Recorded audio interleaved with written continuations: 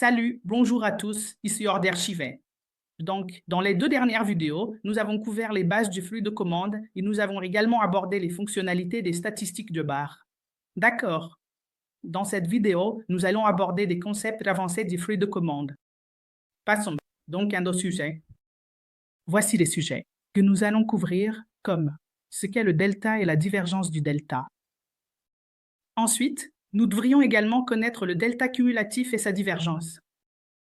Ensuite, nous apprendrons l'absorption, l'épuisement et l'agression. D'accord. Et ensuite, quels sont les pièges, TBS? Déséquilibre. Nous avons déjà couvert cela, mais nous prendrons quelques exemples et nous verrons. Ensuite, nous verrons aussi comment fonctionne le point de contrôle. Enchères terminées versus non terminées. Comment interprétons-nous le maximum et le minimum? Le delta. Nous l'avons déjà couvert, capturé haut et capturé bas, mais nous verrons quelques exemples. À ce sujet, puis à nouveau le delta par volume. Nous l'avons couvert, mais nous allons maintenant voir quelques exemples. Amis, voyez, toutes ces choses sont interconnectées. Bien sûr, il y a certains termes pour les traders piégés et l'absorption, l'épuisement, tous ces termes existent. Mais lorsque vous regardez le commerce, vous constaterez qu'ils sont interconnectés. Ils ne sont pas séparés. Alors, veuillez comprendre que ce ne sont que des termes pour comprendre les phénomènes, mais ils sont interconnectés. Alors maintenant, commençons avec le delta et la divergence de delta. Alors, qu'est-ce que le delta, les amis? Qu'est-ce que les données? Vous savez que le delta est la différence entre les acheteurs du marché et les vendeurs du marché. D'accord. Donc voici notre graphique du Nifty où vous pouvez voir les graphiques de flux de commande. Maintenant, si vous voulez ajouter le delta, vous pouvez aller à FX Study, aller à Order Flow, cliquer sur Delta Bar. D'accord. Maintenant, si vous allez sur les barres delta, vous devez aller dans Paramètres. Si vous allez dans les paramètres ici, nous avons plusieurs réglages, donc le premier réglage est cumulatif. Donc, si je désactive le cumulatif et que j'active la divergence, alors je vois la divergence. D'accord, donc ce sont les divergences dont nous parlerons un peu plus tard. Et si vous voulez voir le delta cumulatif, vous devez simplement l'activer. Et maintenant, vos barres de delta cumulatif agiront comme des bougies. D'accord, donc vous pouvez voir que vous avez une bougie de prix ici et la bougie delta, en dessous ici. D'accord. Maintenant, si vous désactivez le delta cumulatif, bien ici, vous avez également le volume d'achat et le volume de vente, donc si vous pouvez l'activer, vous verrez le volume d'achat et de vente. Avec les barres delta, vous pouvez également ajouter d'autres éléments comme les moyennes mobiles. D'accord, vous pouvez également ajouter une bande de Bollinger avec les barres delta. Alors, qu'est-ce que le delta, les gars? Le delta est en fait la différence entre les ordres d'achat au marché et les ordres de vente au marché. Donc, si vous additionnez tous ces ordres et soustrayez tous ces ordres de ces ordres, vous obtiendrez cette barre de données particulière. D'accord. Donc, dans cette bougie, il y a plus d'acheteurs et dans cette bougie, il y a plus de vendeurs. C'est pourquoi le delta pour cette bougie est négatif et les données pour cette bougie sont positives. D'accord. Je vous ai déjà parlé du paramètre de divergence. Revenons maintenant à nos diapositives. Donc, la compréhension générale est que si nous obtenons des données vertes, cela signifie qu'il y a plus d'acheteurs sur le marché, comme je viens de l'expliquer. Donc, s'il y a plus d'acheteurs, le prix devrait certainement augmenter, n'est-ce pas? De même, si nous obtenons un delta rouge, cela signifie qu'il y a plus de vendeurs, c'est-à-dire que les vendeurs sur le marché sont plus nombreux et que le prix devrait baisser. D'accord. Donc, c'est la compréhension générale et c'est le scénario normal qui devrait se produire. Cependant, la divergence se produit lorsque ce schéma n'est pas suivi. D'accord, maintenant ici. Si vous voyez un delta positif, la divergence se produit lorsque le delta sous la bougie est positif, mais que la bougie formée est rouge. D'accord. Maintenant, vous voyez ici, pouvez-vous voir celui-ci ici? La forme du delta est verte, mais la bougie formée est rouge. D'accord.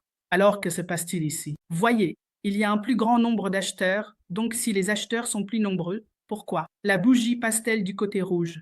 D'accord. Ensuite. De même, une divergence de delta négatif se forme lorsque la bougie delta est rouge, mais que la police de la bougie est verte. D'accord. Donc vous pouvez voir ici, la bougie delta est rouge, mais la police de la bougie est verte. D'accord. Alors laissez-moi vous dire si vous vous souvenez. Dans la première vidéo, nous avons parlé des acheteurs à cours limité, des acheteurs au marché, des vendeurs à cours limité et des vendeurs au marché. Il y a donc 4 types de joueurs. D'accord. Maintenant, si vous voyez ici, tous ces vendeurs arrivent. D'accord. Tous ces vendeurs arrivent et vendent, mais vous voyez donc, les vendeurs signifient que les vendeurs au marché arrivent. Mais il y a un acheteur à cours limité assis ici, donc cet acheteur à cours limité absorbe en fait toutes ces ordres de vente de manière similaire. Si vous voyez ici, les acheteurs au marché arrivent, ils achètent, mais il y a des vendeurs à cours limité assis ici et à cause de cela, le prix ne monte pas. D'accord. Même si les acheteurs arrivent, ils sont absorbés par ces vendeurs à cours limité et le prix baisse. D'accord. Donc c'est maintenant que le delta diverge. Allez-vous prendre des trades juste à cause de la divergence du delta? Non, ami, ce n'est pas la bonne façon. D'accord. La divergence des données est juste une information supplémentaire. Le trade doit être pris en adoptant une approche holistique que nous discuterons dans la vidéo. Parlons maintenant des données cumulatives. Alors, qu'est-ce que les données cumulatives? D'accord. Donc, si nous continuons à ajouter le delta bar par bar à partir du moment où le marché ouvre, nous obtenons le graphique des données cumulatives. Donc, si le delta est positif, nous allons ajouter ce delta à la somme précédente, et si le delta est négatif, nous allons soustraire ce delta de la cellule précédente. D'accord. Cela signifie que pour chaque jour, le calcul des données cumulatives commencera à 0 et continuera à s'ajouter tout au long de la journée. Très bien, c'est ainsi que fonctionne le delta cumulatif. Nous pouvons voir une image ici, donc. C'est l'exemple du delta, c'est juste le delta maintenant si vous regardez en haut, ce sont les données cumulatives. Ce sont les mêmes bougies delta. Si nous soustrayons cette bougie delta de celle-ci, puis nous ajoutons celle-ci, puis nous ajoutons celle-ci, puis nous soustrayons celle-ci, ajoutons, puis soustrayons. Alors, pouvez-vous voir que nous, vous ajoutez, ajoutez, puis vous soustrayez, puis encore, c'est ajouté. Maintenant, vous soustrayez ces bougies rouges. C'est ainsi que vous obtenez des données cumulatives. Maintenant, si la valeur des données cumulatives est au-dessus de 0, cela signifie qu'il y a plus d'acheteurs, ce jour-là en particulier, et que les acheteurs ont le contrôle. De la même manière, si le delta cumulatif est en dessous de 0, cela signifie que les vendeurs ont le contrôle sur cette transaction particulière. Maintenant, qu'est-ce que la divergence du delta cumulatif? D'accord, donc vous avez vu des divergences. Comme celle du RSI, des divergences MSCT, n'est-ce pas? C'est donc une divergence similaire. Cependant, la divergence des données cumulatives n'est pas un indicateur retardé, comme les autres. Vous savez que le delta est l'indicateur le plus avancé sur le marché. D'accord, donc sa divergence n'est pas retardée. D'accord, maintenant ici, ce que nous essayons de faire, c'est de chercher une condition où le prix et les données cumulatives sont soit synchronisés, soit en désaccord l'un avec l'autre. La condition de ce désaccord nous offre une opportunité de trader. Alors voyons à quoi cela ressemble. Donc, dans un marché haussier, il pourrait y avoir 2 possibilités. La première possibilité est que les données augmentent, mais le prix n'augmente pas. Ainsi, les données atteignent des sommets plus élevés, mais le prix n'atteint pas de sommets plus élevés, où il est simplement stable.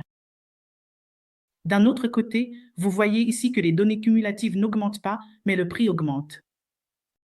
D'accord, donc c'est le scénario dans le cas d'un marché haussier. Vous pouvez le voir ici. Vous voyez qu'il y a beaucoup de données qui arrivent ici, n'est-ce pas? Mais le prix ne bouge pas de cette manière. D'un autre côté, dans cet exemple particulier, vous voyez qu'il n'y a pas beaucoup de données, mais le prix monte rapidement vers le haut. Ce sont les exemples dans le marché baissier.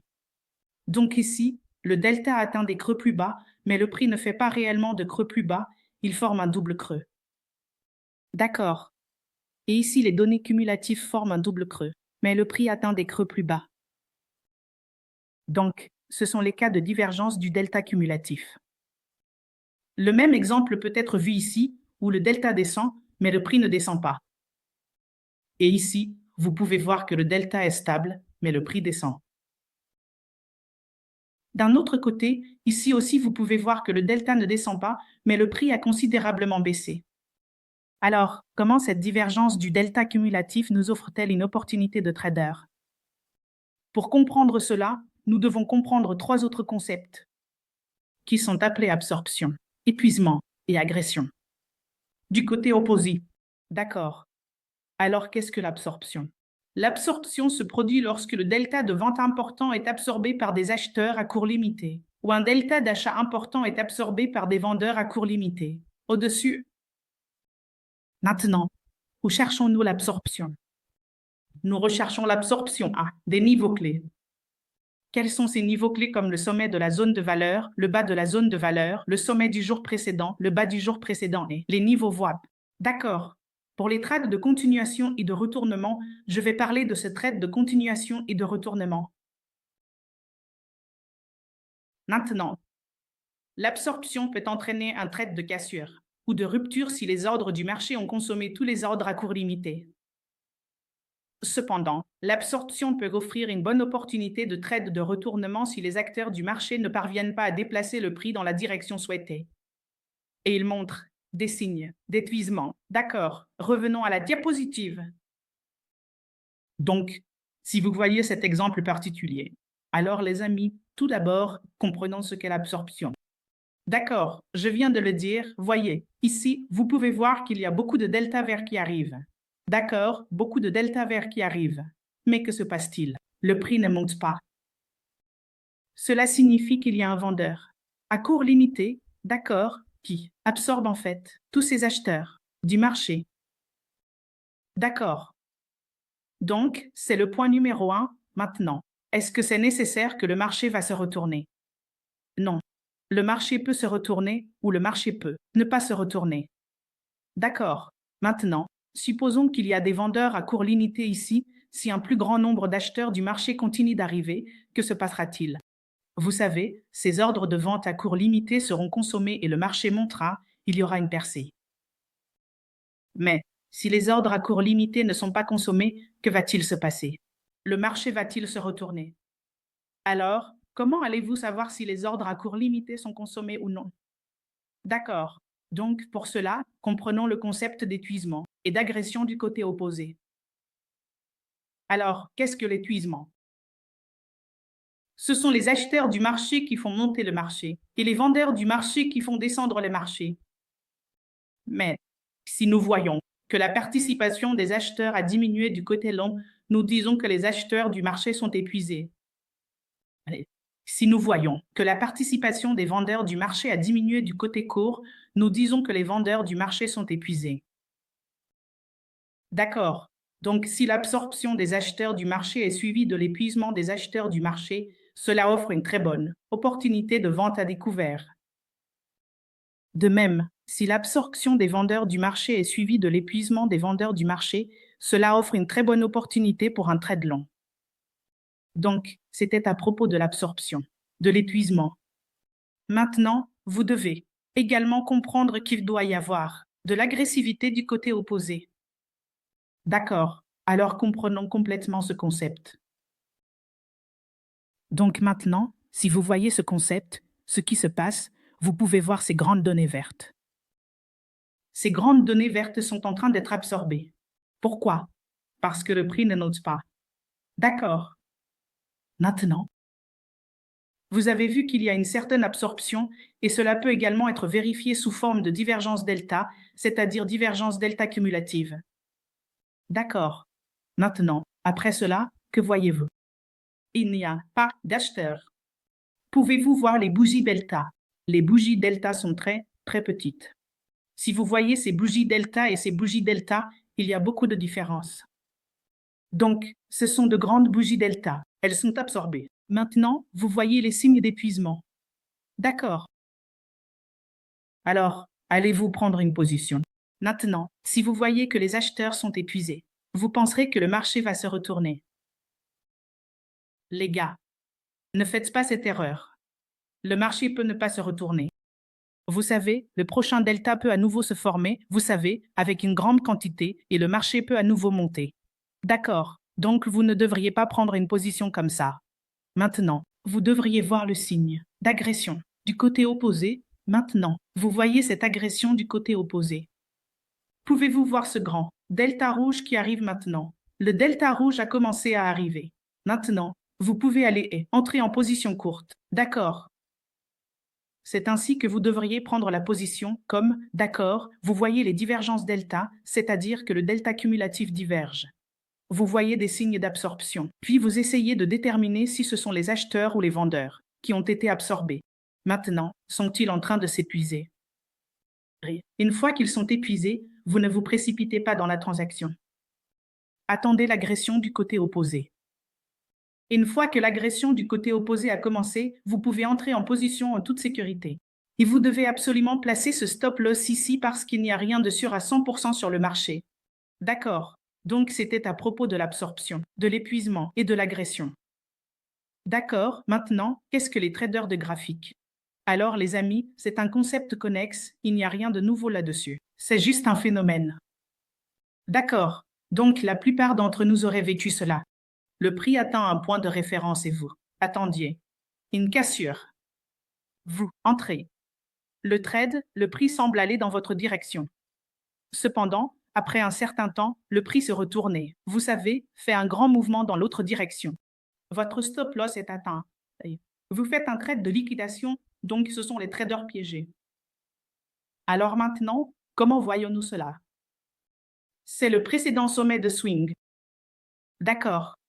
Maintenant, vous voyez que les prix dépassent juste ce niveau de sommet de swing précédent. Maintenant, de nombreux traders de cassure vont entrer dans l'état. En anticipant que c'est une cassure et que va-t-il se passer maintenant? Le prix a commencé à descendre maintenant. Supposons qu'une personne est achetée à ce niveau et que le prix descende, que va-t-il lui arriver? Vous savez, son stop loss va être atteint. Alors maintenant, il devient vendeur, donc maintenant les vendeurs arrivent et le marché est descendu. D'accord, donc ce sont les traders piégés présents là-bas, c'est-à-dire les acheteurs piégés. Maintenant, vous voyez, ici il y avait un grand delta vert. Vous voyez le nombre d'ordres ici, ce sont de gros ordres P ici. Maintenant, que se passe-t-il? Le prix descend. Alors que va-t-il arriver à ces traders? Ces traders doivent liquider à la baisse, d'accord. Donc ces traders vont se convertir en vendeurs. Donc c'est à propos des traders piégés maintenant. Nous avons déjà compris le déséquilibre dans la première vidéo, parlons-en un peu plus. Donc, la plupart du temps, le prix reste en équilibre ou en phase de consolidation. Cependant, lorsque le prix quitte la phase de consolidation, on dit qu'il est en tendance ou en déséquilibre. D'accord. Maintenant, le prix bouge plus rapidement lorsqu'il est en déséquilibre et lorsqu'il y a un retour au niveau de déséquilibre. Cela nous offre une très belle opportunité de trading. Voyons donc l'exemple ici. Alors, que s'est-il passé? Vous voyez, c'est le niveau de la zone de valeur haute pour ce profil de marché. Le prix, vous savez, a fait un petit retour à la zone de valeur haute. Et maintenant, il est de nouveau en équilibre. D'accord. Maintenant, vous avez un contexte avec vous que si le prix dépasse la zone de valeur haute, que se passera-t-il? Le prix sera en déséquilibre. D'accord. Maintenant, vous allez demander que nous n'avons pas, appris ces concepts. Alors, les amis, ne vous inquiétez pas. Dans les prochaines vidéos, nous parlerons des concepts de la zone de valeur haute, de la zone de valeur basse. Nous comprendrons la théorie du marché aux enchères et quel sera notre contexte plus large. Quand le prix, vous savez, se déplace en dehors de la zone de valeur ou quand le marché est à l'intérieur de la zone de valeur, comment allons-nous gérer les transactions? D'accord. Donc ici, le contexte plus large dit que le prix a dépassé la zone de valeur. Donc le prix est en déséquilibre et cela a également été confirmé par le graphique de flux de commande en nous montrant un grand déséquilibre. Alors maintenant, quel est notre travail? Une fois que le prix se déplace vers cette, vous savez, zone de repli, nous allons prendre une position longue. D'accord. Donc ici encore, c'était la bougie de déséquilibre. La zone de valeur était en dessous de 3 déséquilibres empilés, vous savez, le très petit test rapide de cette zone et ensuite les prix montent. D'accord, donc c'est ainsi que les déséquilibres fonctionnent. Alors essayez de voir, voyez. Le point est ici. Il y a beaucoup de traders qui essaient de prendre le déséquilibre comme une magie. Ils disent qu'il y a un déséquilibre d'achat. Allons-y, y prenons. Un nom rouge, non. Ce n'est pas la façon dont vous devriez voir tout le contexte. Donc, tout d'abord, vous devriez voir si c'est à l'intérieur de la zone de valeur ou à l'extérieur de la zone de valeur. Ensuite, quels sont les autres concepts comme l'absorption, l'épuisement? Vous savez, l'agression. Du côté opposé, est-ce que cela se produit? Et si le déséquilibre soutient réellement ces concepts, d'accord, alors vous devez prendre le trait de manière holistique. Parlons maintenant du point de contrôle. D'accord. Donc, le point de contrôle montre le niveau de prix où l'activité de trading maximale a eu lieu. Donc, normalement, il devrait être au milieu de la barre. À l'intérieur de ce marché, nous obtenons des POC qui se chevauchent pour les bougies récentes, mais dans un marché en tendance, nous continuons à obtenir des POC. Et le POC de la bougie précédente tend à agir comme un support et une résistance. D'accord. Donc, comment obtenir le point de contrôle? Dans GoCharting, j'ai déjà expliqué dans la première vidéo, qui est la vidéo de base. Les gars, s'il vous plaît, regardez ça. Maintenant, voyons à quoi ressemble le point de contrôle. Dans un marché latéral, pouvez-vous voir que ce sont les POC qui se chevauchent les uns les autres? D'accord. Cela indique le marché latéral. Et maintenant, c'est le marché en tendance. Maintenant, pouvez-vous voir que ce point de contrôle agit comme une résistance? Vous voyez, n'est-ce pas? C'est donc ainsi que vous pouvez interpréter le point de contrôle. Nous avons donc parlé de l'absorption, de l'épuisement et de l'agression du côté opposé. Alors supposons que vous voyez de l'agression du côté opposé, vous savez. Avec de grandes données et une grande bougie, vous devriez également essayer de voir si le POC a réellement franchi ses niveaux de gain. Donc si vous voyez beaucoup de sauts dans le POC par rapport au POC de la bougie précédente, alors vous pouvez aussi le prendre comme une preuve que l'agression du côté opposé est arrivée. Maintenant, en parlant de l'enchère terminée, les amis, l'enchère terminée est un concept assez ancien et personnellement je ne l'utilise pas. Parce que je ne le vois pas fonctionner, la plupart du temps. D'accord. Alors, qu'est-ce que l'option terminée? Donc, si un 0 apparaît en haut à gauche de la bougie, cela représente une enchère terminée pour le mouvement haussier. La raison en est que, pour les vendeurs, le prix actuel est si attractif pour vendre, qu'il y a beaucoup de concurrence pour vendre. À partir de ce niveau, et le prix n'est pas capable de monter plus haut. D'accord. Alors que se passe-t-il? Voyez, sur le côté gauche de la bougie, il y a des vendeurs sur le marché dont vous avez besoin. D'accord. Maintenant, tout le monde aimerait vendre, vous savez, à un prix plus élevé, n'est-ce pas? Mais ici, vous savez, la vente est si rigoureuse. La vente est si vigoureuse que tout le monde essaie de vendre à n'importe quel prix tu l'obtiens. D'accord. Donc, si tout le monde vend au prix actuel, il n'y a plus de vente. Au prix plus élevé, d'accord. Donc, à cause de cela, nous comprenons qu'il y a tellement d'activités de vente que le marché devrait descendre. Et l'enchère du côté supérieur est terminée. D'accord. C'est pourquoi nous disons que c'est une option terminée pour le en haut. D'accord. De la même manière. De la même manière, si le 0 apparaît en bas à droite de la bougie, alors cela représente, vous savez, l'enchère terminée sur le mouvement descendant. D'accord. Alors maintenant, regardons l'exemple. Donc, si vous voyez ici, nous avons un 0 en bas à droite de cette bougie. Maintenant, qu'est-ce que cela signifie? Que le prix est si attractif même à ce niveau qu'il y a 1. Cette personne prête à acheter à ce niveau. D'accord, et le prix ne descend pas, donc c'est pourquoi nous obtenons 0. Et il y a tellement d'acheteurs qui arrivent à des niveaux plus élevés. Donc le prix est si attractif, même à des niveaux plus élevés, que personne n'attend que le prix descende à un niveau inférieur. D'accord, donc ensuite nous disons que, d'accord, vous savez, l'enchère s'est terminée à la baisse et maintenant le marché devra monter. D'accord, donc c'est ainsi que nous comprenons l'action terminée et non terminée. Alors, les gars, vous pouvez faire un test rétroactif dessus. Je ne l'ai pas vu fonctionner très efficacement, mais oui, si vous combinez-le avec d'autres concepts comme l'absorption, l'épuisement, l'agression, les divergences de données, alors vous obtiendrez de bons résultats. Si vous essayez de l'utiliser isolément, je ne vois pas de bons résultats avec ces concepts. Maintenant, parlons des données maximales et minimales. D'accord. Donc, tout comme la bougie de prix, nous avons des bougies delta et les bougies delta ont des valeurs d'ouverture, de clôture, de bas, de haut identiques à celles de la bougie de prix. D'accord. Maintenant, l'ouverture d'une bougie delta est toujours zéro. Pourquoi? Parce que c'est la différence entre les acheteurs et les vendeurs. Et vous savez, juste au début de la bougie, ils sont tous les deux identiques, d'accord. Maintenant, l'euro de la bougie delta est le delta maximum. D'autre part, le bas de la bougie delta est le delta minimum et la clôture de la bougie delta est la valeur delta réelle de cette bougie particulière. D'accord. Maintenant, comprenez, voyez ce qui se passe. Pendant la formation de la barre, le delta maximum indique la différence maximale entre les acheteurs et les vendeurs du marché, indiquant la domination maximale des acheteurs ou des vendeurs. Donc, par exemple, si une bougie verte se forme et que le delta vert se forme également. Ainsi, vous savez, le delta maximum montrera l'avantage maximum des acheteurs du marché ou ou des vendeurs du marché. D'accord. La position du delta de clôture par rapport au delta maximum ou minimum nous indique la domination relative. Donc, supposons que les acheteurs soient arrivés à ce niveau dans la bougie delta. Mais que s'est-il passé à la clôture de la bougie? La bougie delta est descendue et il y a une mèche sur le dessus. Cela signifie donc que la domination des acheteurs a diminué.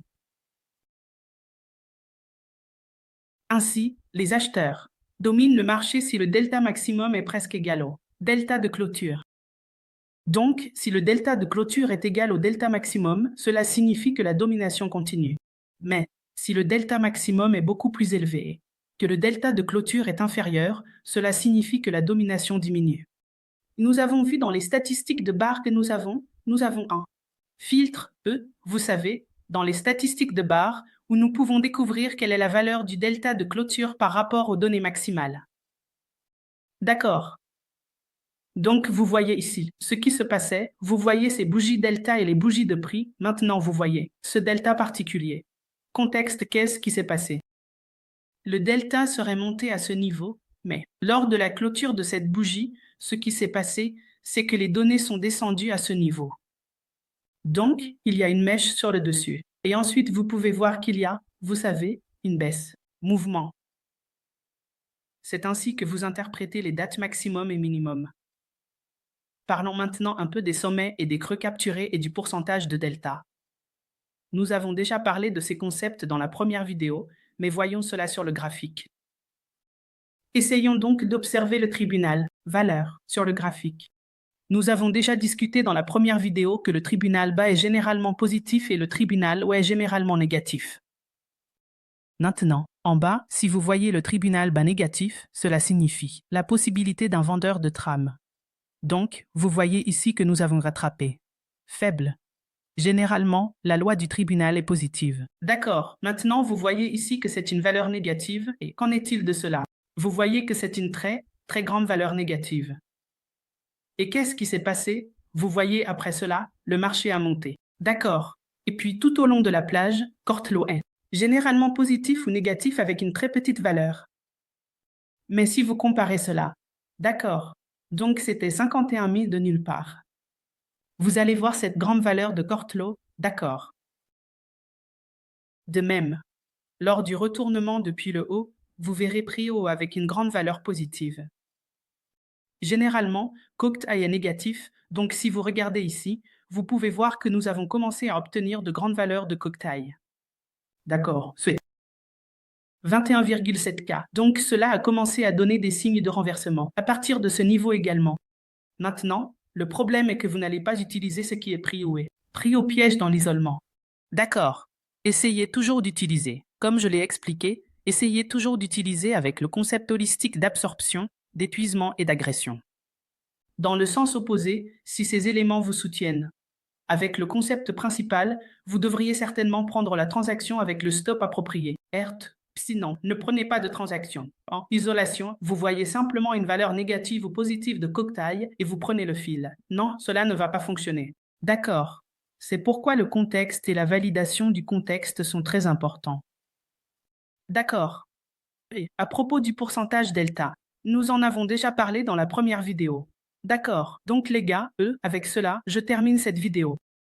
Si vous avez d'autres doutes, vous pouvez certainement les poser dans la section des commentaires. Merci les gars.